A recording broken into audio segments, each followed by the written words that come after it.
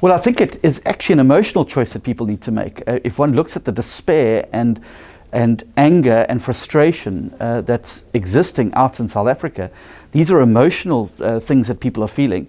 And I think a party that's able to show a solution towards how it's going to address those things is actually making an emotional appeal to that. Our thing is we get things done. You can distill the question of who you're going to vote for in local government down to one simple question. Who do I trust to keep the lights on, keep the water flowing, keep the sewerage going in the right direction, and to steal, not to steal the money, and to make sure that the money is spent on me and not on the politicians. And I think that is an emotional choice, not necessarily a rational choice.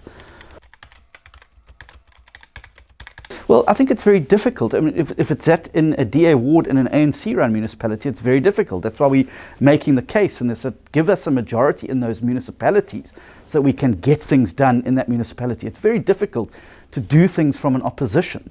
It's a lot easier to do it when you're in government, you're in the driving seat, you're able to affect the change, you're able to amend the policy, you're able to adjust the budgets. That's how you get things done. So, you know, it's very different from being an opposition councillor in an ANC-run municipality to being a DA councillor in a DA-run municipality. Well, I think that you've got to compete with populism by tackling it head on. And I don't think we should be giving attention to people who make those outlandish statements, who want us to, and I made it very clear in the speech today, that we don't play the politics of dividing people up into little groups and then, you know, getting people to say that it's either, you know, I win or you lose. I think we've shown time and time again in South Africa that it's only by coming together that we're able to achieve anything, whether it was the 2010 Soccer World Cup, whether it was getting through some difficult times in the country. It was when South Africans came together that we were able to make those differences and to be able to get through them. And our challenge here is to tell South Africans what the DA is trying to do is hard. It's trying to bring South Africans together from different races, different backgrounds, different experiences, different geographies around a common set of values and principles that will be able to allow us to build a better future for the country. Well, we had the confetti and we didn't have the big crowds, unfortunately, although a lot of people were watching at watch parties, decentralized venues, etc., in various studios around the country. So it was there. I mean, of course, you don't have the feel of the big stadium, and you miss that as a politician. But you know what? We as politicians have expected citizens to adapt to the new normal, you know, and they will change their behavior, the way they shop, what they do, how they recreate.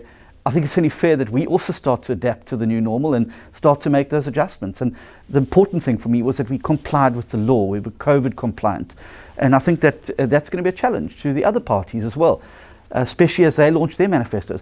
Are you abiding by the law? Because a party that cannot even have its manifesto launch in a legal way, how can you possibly trust them to run a government or respect the rule of law where they govern and expecting you to vote for them?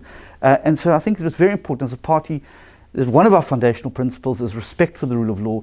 We have to respect the regulations, and I hope that the law is going to be consistently applied to every party in South Africa, not just selectively. I think in some instances it may, but if one looks, you know, people have been queuing for the last 2.5 years at shopping centres, at SASSA pay points, at various ways of going around their daily life. I don't think that a voting station is going to be any different. It's, you know, people are going to queue with social distancing, practicing, you know, all the COVID protocols. People have got nothing to fear by going out and voting, provided that they're wearing their masks, they're washing their hands, and they're making sure they're keeping the social distancing. And don't let the ANC win your municipality back and subject you to another 5 years of corruption, maladministration, and poor services because you were too afraid to go and vote.